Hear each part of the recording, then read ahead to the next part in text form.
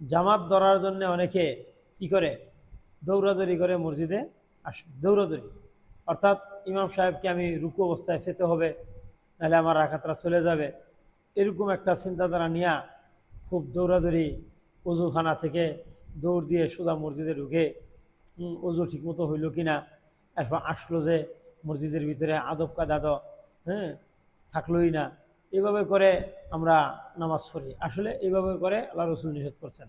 আল্লাহ রসুল বলছেন, আবু হুরায়রা রাদিয়াল্লাহু তাআলা থেকে বর্ণিত, তিনি বলেন, আমি রাসূলুল্লাহ সাল্লাল্লাহু আলাইহি সাল্লামকে বলতে শুনেছি, যখন নামাজ শুরু হয়ে যায় তখন তোমরা নামাজের দিকে দৌড়ে আসবে না, বরং ধীরস্থিরে হেঁটে হেঁটে আসবে। তারপর ইমামের সাথে যতটুকু পাও তা আদায় করে নাও, আর যা ছুটে যায় নিজে একা একা পূর্ণ করে নাও। আবু দাউদ শরীফ থেকে হাদিসটা আনা হয়েছে। আবু হুরায়রা রাদিয়াল্লাহু তাআলা বর্ণনা করেছেন যে তোমরা দৌড়াদৌড়ি করবা না, আস্তে আস্তে আসো, ধীরস্থিরভাবে আসো মসজিদে। আসার পরে ইমাম সাহেবকে যেখানে পাওয়া যায় সেখানেই তুমি শামিল হও। তারপরে যতটুকু বাকি থাকে, যা তুমি ফাও নাই, তোমার থেকে ছুটে গিয়েছে, ওইটা তুমি নিজে নিজে একা একা কী করো, আদায় করে নিবা। তারপরেও কি না, দৌড়াদৌড়ি করা যাবে না। প্রত্যেক নামাজকে জীবনের শেষ নামাজ মনে করে সুন্দরভাবে আদায় করবে। আমরা অনেকেই নামাজ পড়ি, নামাজের ভিতরে কোনো খেয়ালই থাকে না, খামখেয়ালি ভাব নিয়ে আমরা নামাজ পড়ি। আর অনেকেই এই কথা মনে মনে ভাবি যে নামাজ পড়ার কথা বলছে তাই নামাজ পড়তেছি। আসলে যে নামাজের কি মজা, কি স্বাদ, এটা আমরা অনুভব করতে পারি না। তার পিছনে একটাই কারণ, আমরা নামাজটা সুন্দর মতো আদায় করতে পারি না, যেভাবে আদায় করার দরকার এভাবে হয় না।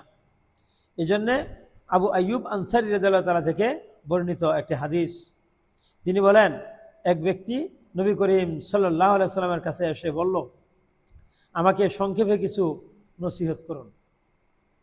তিনি বললেন, নবীজি বললেন, তুমি যখন নামাজে দাঁড়াবে তখন এটাকে জীবনের শেষ নামাজ মনে করে নামাজ তুমি আদায় করবে, বিদায়ী নামাজ মনে করে তুমি নামাজ সুন্দরভাবে আদায় করবে। তুমি এমন কোনো কথা বলবে না যে ফরদিনই এর জন্যে আল্লাহ তাআলার কাছে তোমাকে ক্ষমা প্রার্থনা করতে হয়।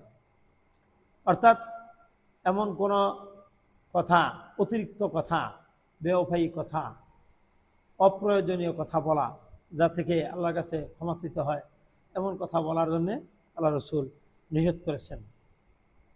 আর মানুষের হাতে যা ধন সম্পদ রয়েছে তা থেকে তুমি বিমুখ হয়ে থাকো।